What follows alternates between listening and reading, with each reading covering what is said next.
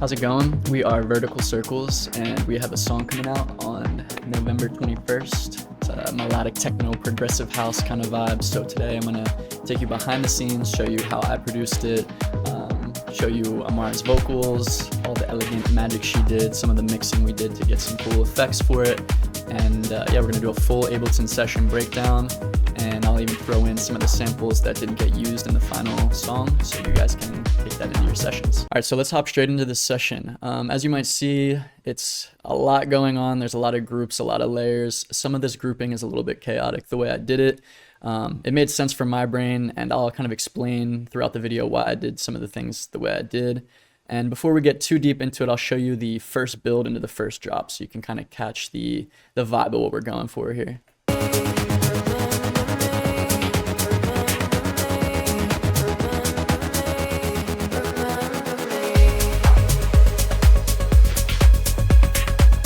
So right now I'm going to solo. We have the tops, which is all the, shakers, hi-hats, percussion, things like that. I have the clap group right here.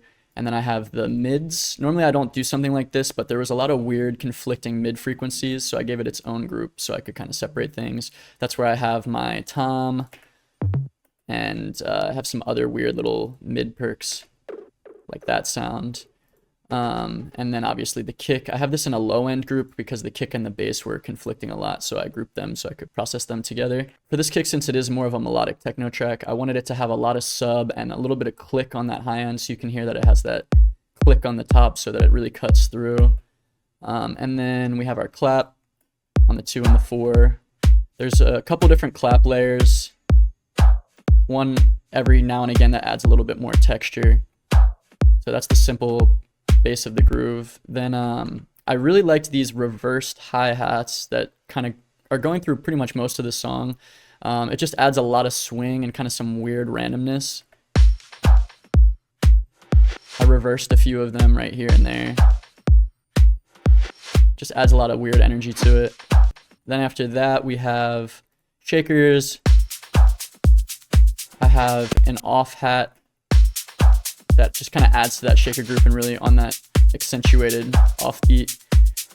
After that we have more little clicks like bongos and kind of more organic stuff. I love throwing a lot of organic samples in my tracks, especially when you're making electronic music. Little things that feel more human, sampled from real, hand drums and things like that.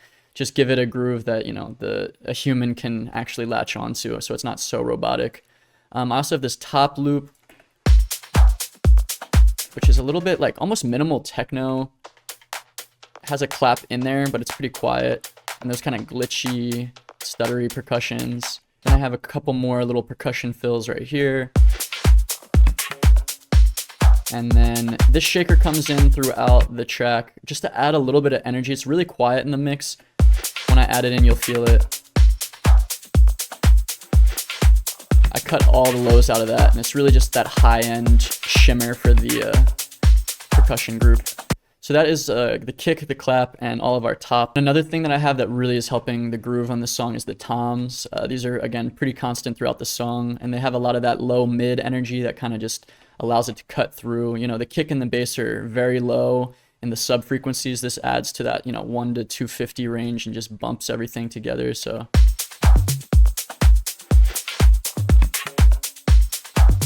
It's just filling in that empty spot with some low end. Then I have this weird little sound effect too that kind of comes in every now and again with a bunch of delay on it just to kind of fill out the space a bit.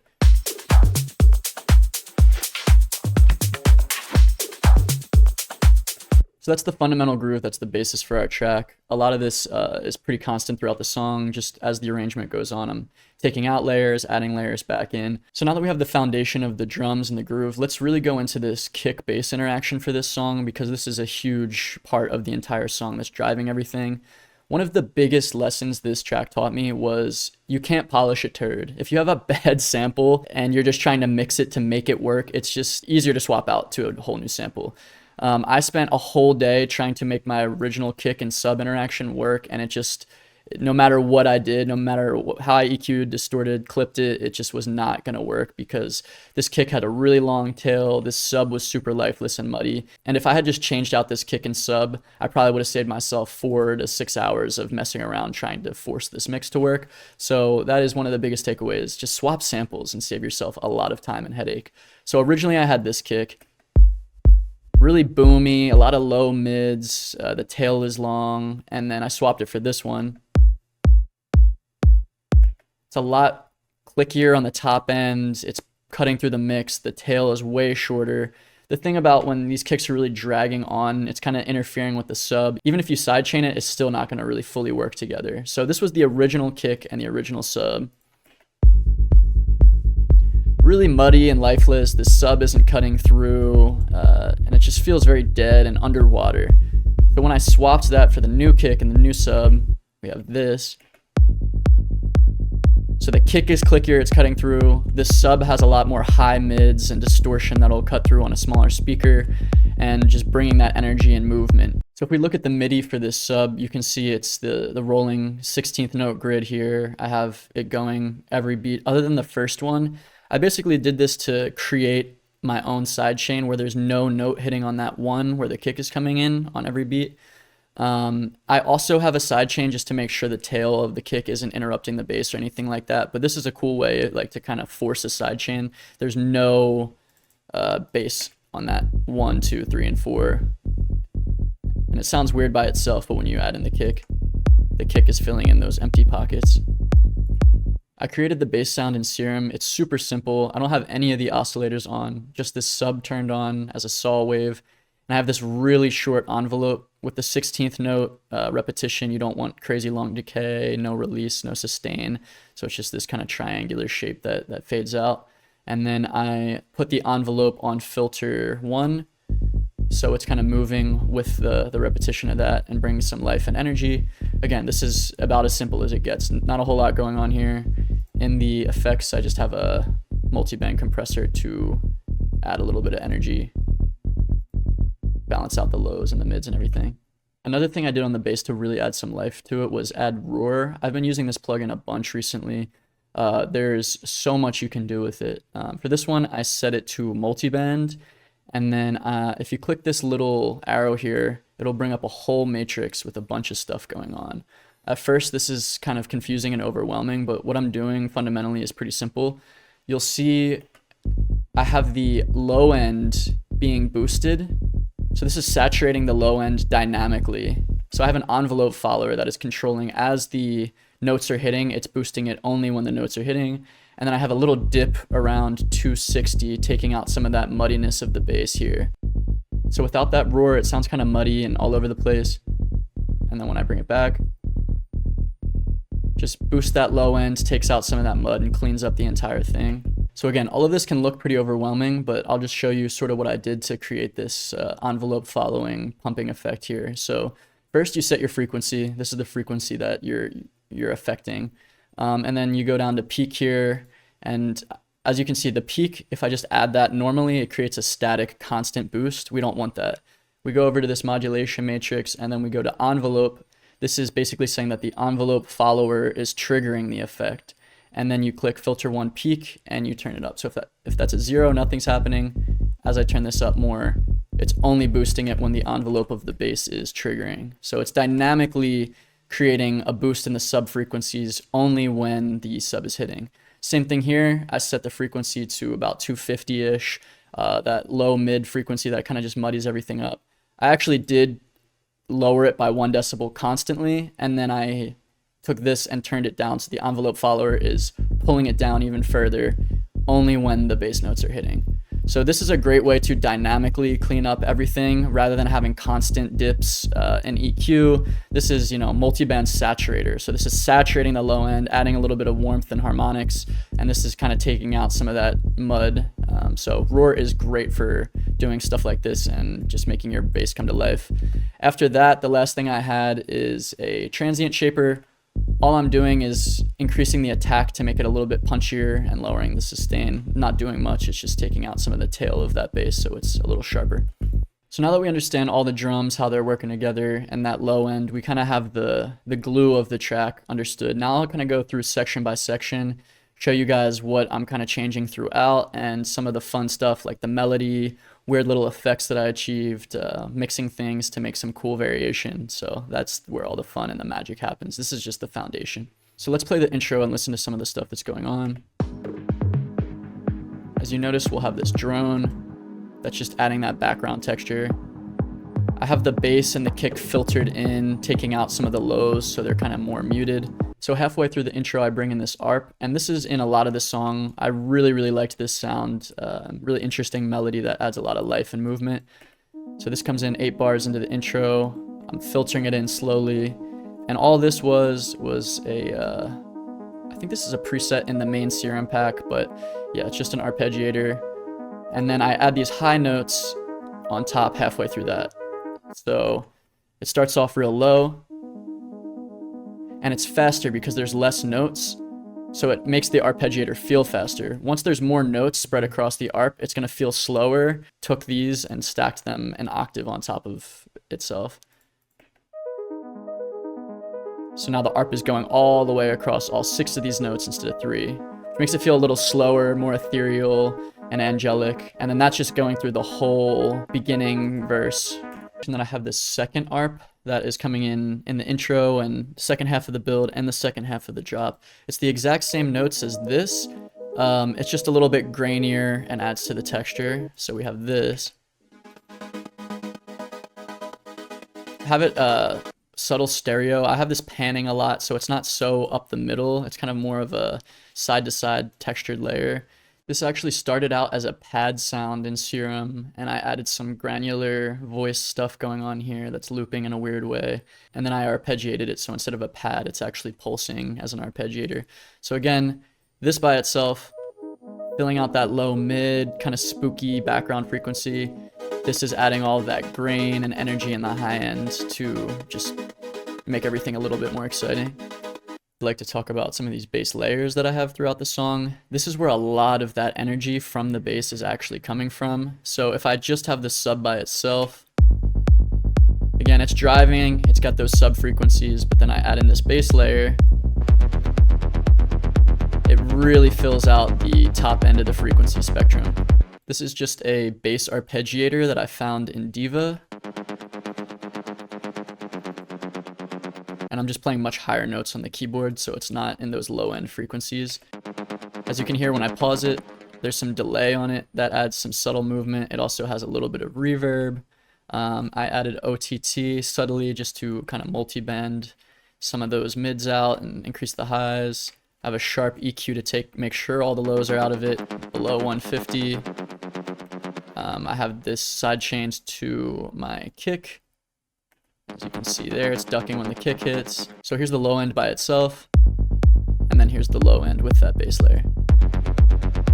Really adds a lot of energy, momentum, something that the audience can feel that something's about to occur. So again, this is progressive house. As things are going throughout the track, you want to take things away, add them back in, and this is something that really increases the energy before something like a break or a build, or right before the drop. Then in this build section, I have that same bass layer that's just a little bit different. I took out the sub for the builds because you kind of want to take some of those elements away, make them anticipate all that low end driving force. Throughout the build, I have these different variations on the sustain, the frequency, and the decay to add the energy. So it starts out real muted, frequency's coming up, the sustain comes up, back down, just dynamically changing it throughout the build to make it not so static. If I were to turn all of those off, it would get really boring really fast.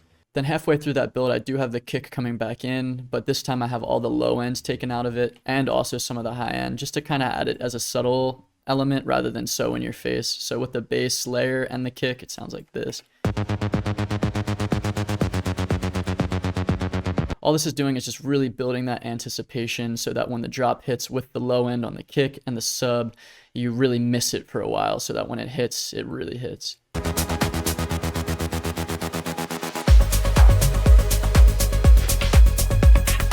Then when the drop hits, I have another arpeggiator. This one's even higher than that bass layer and the initial arp that we have that's establishing the melody. This has a really interesting kind of grainy, eroded high-end texture. Again, this isn't super noticeable in the mix, but it just adds all that high end. It almost sounds like it's part of the hi-hat group at certain points. So when I add that with the low end, it just really drives in that, okay, we're in the drop now. There's a bunch of energy happening.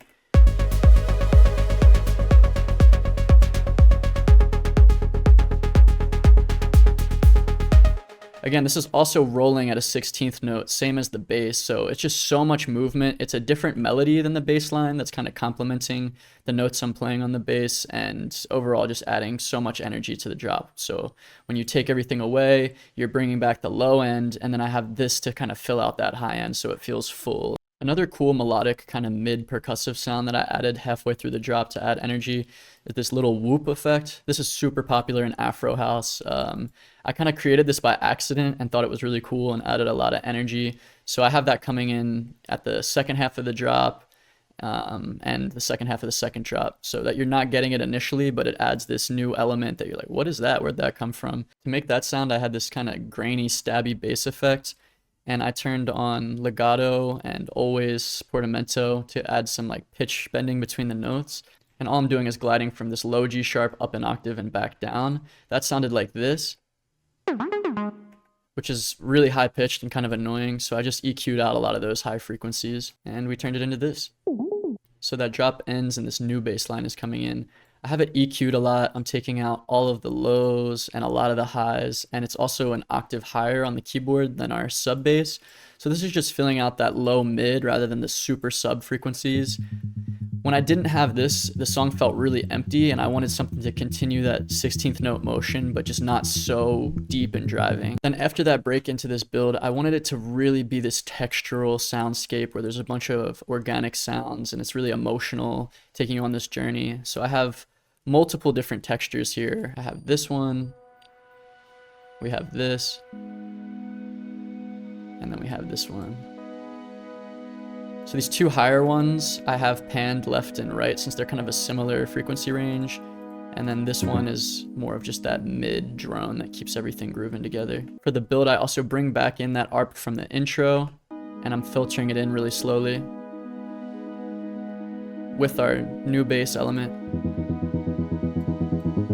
It's creating a lot of tension. You feel like the song's going somewhere. We have more of those bass layers coming in as well. So again, all this energy is just building. There's a lot of suspense. And I don't have the vocals playing right now, but that's where all the magic happens. We'll get to that in a second. And while I'm talking about, transitions between different sections of the song, I think it's really important to talk about some of the sound effects that you use to get from one place to the next. If you're just taking elements away and adding them with these sharp changes every 16 or 8 bars, it's not going to feel like a journey. It's just going to feel like, oh, we were in this section, boom, slapped in the face, now to build. And you want it to be subtle. You want to introduce it slowly. For this first build, for example, I have this weird grainy riser that I created. We also have this, stuff like this. And a lot of these effects, risers, chops, one-shots that I created for this song, I did put in a sample pack that I'll give you guys completely free. That'll be in the description below. But there's a bunch of weird sounds that I don't know if I'll ever use again, and I figured why not share the love. So definitely download that if you guys are interested in having some weird, unique soundscapes in your tracks. In that sample pack, I also consolidated a lot of these beautiful sounds from the build and printed that to one loop that you could use as a song starter, a texture, or something like that. For a lot of those section changes, I also have things like sweeps, risers, impacts, things like this. Again, these just help you get from one place to the next very smooth without it being so sharp. Alright, without further ado, let's get into the vocals. That's where the magic happens on this track. That's really where a lot of the dynamics and interesting things are going on. Other than that, this is a very cool, standard, progressive house beat, but without these vocals, it wouldn't be a song that, we would even want to release. To properly show you what's going on with these vocals, I need to unhide the 11 different send and return tracks that I have. These are all being used at some point in the song. We have reverbs, delays, Little alter boy shifting things down an octave, up an octave. We have slap delays, reverses, washouts, a bunch of different things. So you can see we have so many different automations on the different vocal layers that are making things way more dynamic. To start, my standard vocal chain that is on basically all of these vocal tracks is this really, really chaotic long thing that we have here. This probably deserves a video of its own, but I'm going to go through very briefly just to show you what channel effects I have. I always start with a little bit of tuning. I'm using Waves Tune, a little bit of EQing out the lows, de-essing. I have a compressor. I'm using our compressor for this, super simple and easy. Have another compressor. I'm using the 2A to catch some of the peaks that make it through the first one.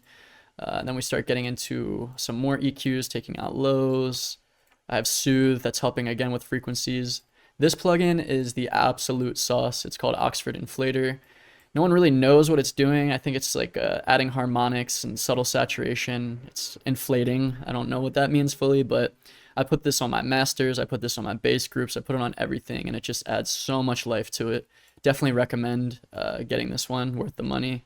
And then stylistically, the only thing I'm doing to really change the texture of the vocal, other than cleaning it up with all that stuff, is I have a Valhalla verb on the actual channel. You know, you can do your verb on Ascend, which is also valid. For this track, since it's called Faded Memory, I wanted it to sound a little bit more washed out, a little bit more faded. So when you put the reverb directly on as an insert rather than as a send, it's going to kind of affect that lead vocal and make it sound more in the background, which is actually what I wanted for this track. If you want a cleaner vocal, you might not do something like that. The first thing we have is these vocals in that intro verse, and this is the same phrase repeated twice, but we have little variations with the delays and effects going on to keep it dynamic. Since there's this little space in between the vocal phrases, I like to fill emptiness like that with delays and things of that nature. So if we listen to that, you'll hear that. Will you remember me?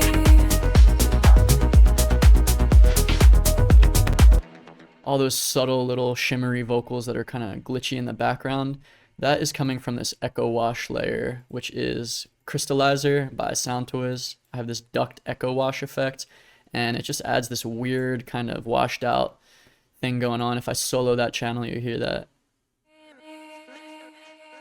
So that just perfectly fills that blank space there until we get to these next vocals to add a little bit more texture. Then it comes in again.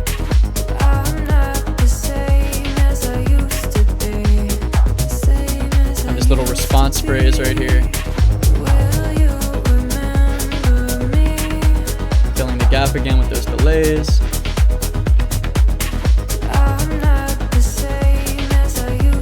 And we have a long ping pong into this next section. So since the phrase is happening twice, let me mute that, it's going to echo forever. Since the phrase is happening twice, this second time I have things happening a little bit differently.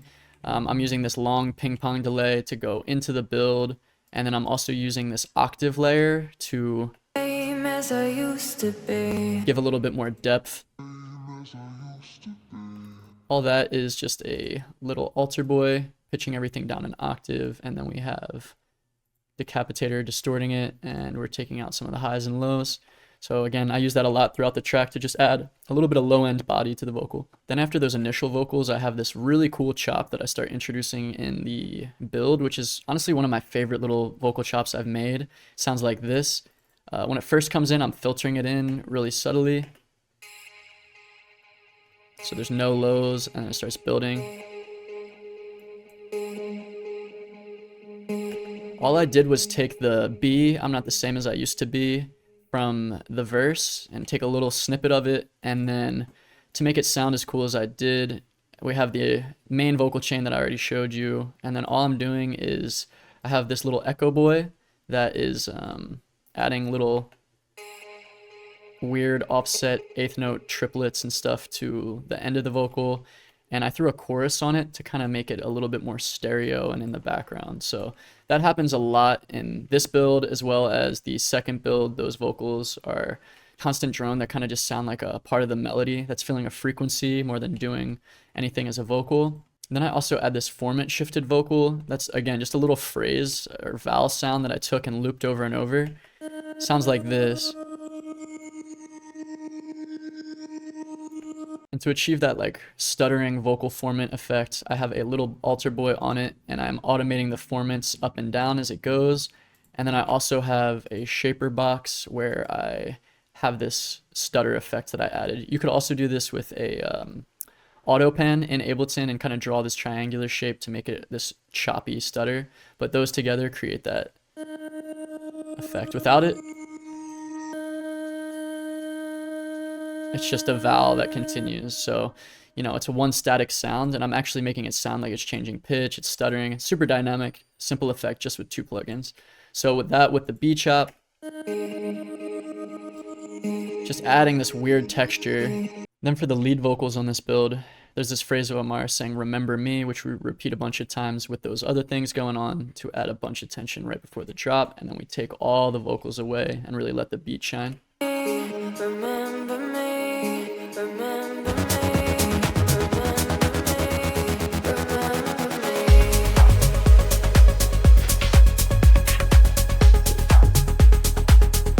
So then we have the first drop, we have the break where there's no vocals, and then the second build, I brought back in those B chops, and then there's this phrase of Amar singing "fading," which is absolutely beautiful, and that's just repeating all the way through the build. It's very ominous, and this has so many effects on it. So first let me turn off all of this so we can hear what the vocal's actually doing.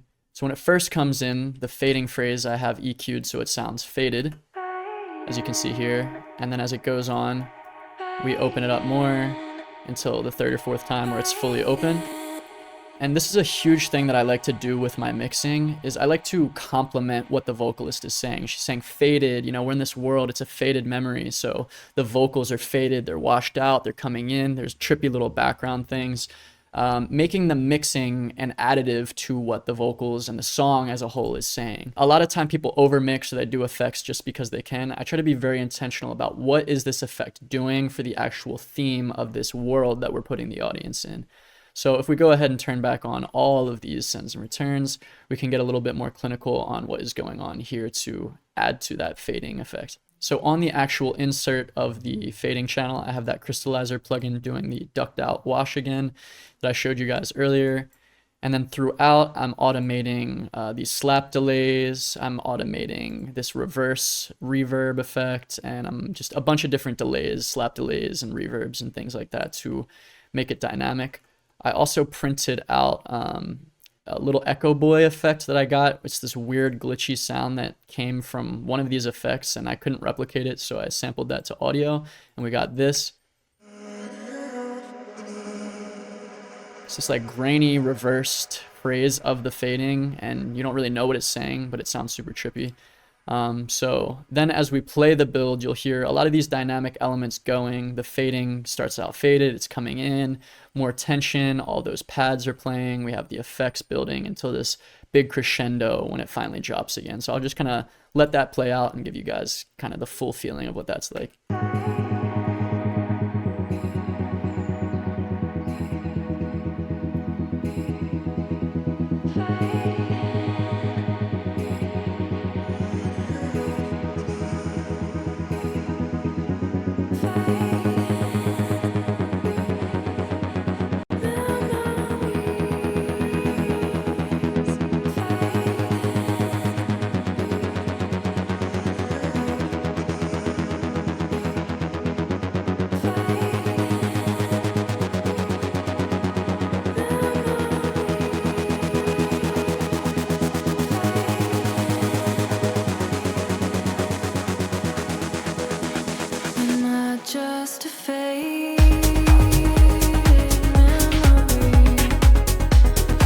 So the whole time we have these fadings building and building and building. This memory phrase comes in as kind of a response to the main fading thing, fading memories, that's the song name.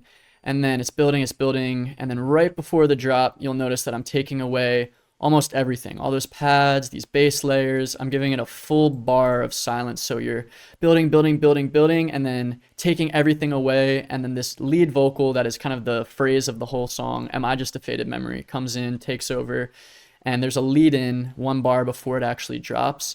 Initially, we were having trouble because it just felt a little chaotic when I had all those other elements.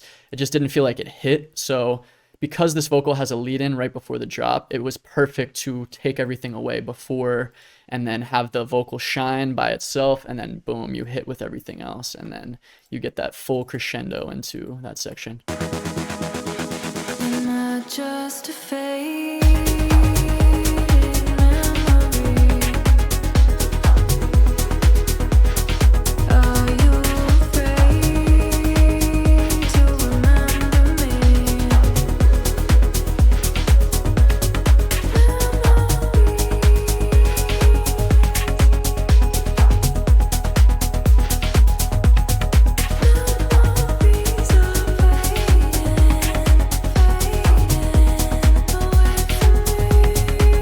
And since the build is so long and we're waiting for so long, this final drop is going for a really long time. We have 32 to 40 bars where the energy is just steadily going. Since you've been waiting for so long, you want the audience to get that full delivery.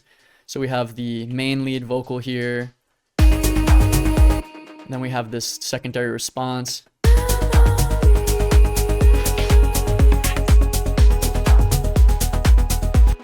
And then after 16 bars of the drop, we bring that whoop back, and we have these B chops and kind of some of the more auxiliary vocals where it's not so in your face, but the texture and the theme is still going. So 16 bars after, we have this. The ping pong delay is blending the sections, the beat comes back in. And then we have these final lead vocals right here.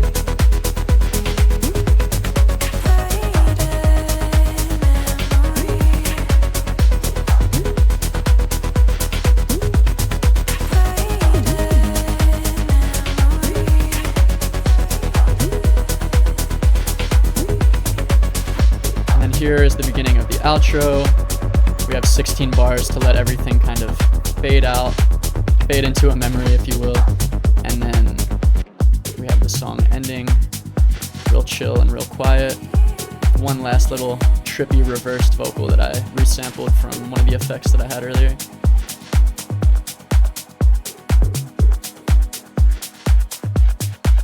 So that is the chaotic session for Faded Memory.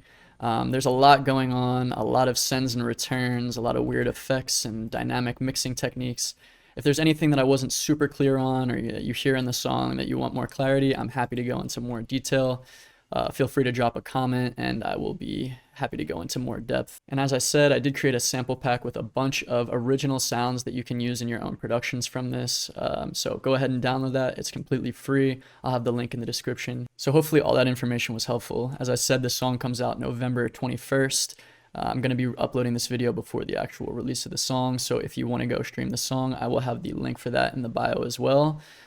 So go pre-save, go get a free sample pack, and support Vertical Circles now that you've got a little inside view and the workings of how we made this. Hopefully it makes the song hit even harder and you feel a little bit more connected to it. Until next time, we are Vertical Circles. Say bye.